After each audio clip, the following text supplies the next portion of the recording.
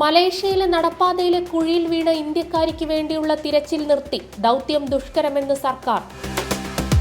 മണിപ്പൂരിൽ കുക്കി വിഭാഗത്തിന്റെ പ്രതിഷേധത്തിനിടെ BJP നേതാവിന്റെ വീടിന് തീയിട്ടു.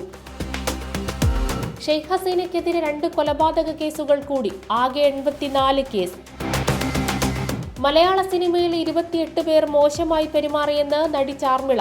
നിർമ്മാതാവും സുഹൃത്തുക്കളും ബലാത്സംഗം ചെയ്യാൻ ശ്രമിച്ചു.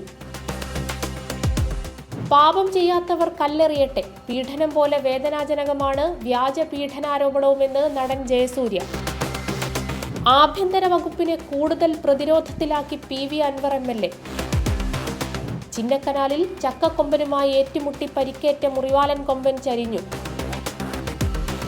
മഴ 5 ജില്ലകളിൽ ഇന്ന് മഞ്ഞ അലർട്ട്. അറബിക്കടലിൽ അസ്ന ചുഴലിക്കാറ്റ്.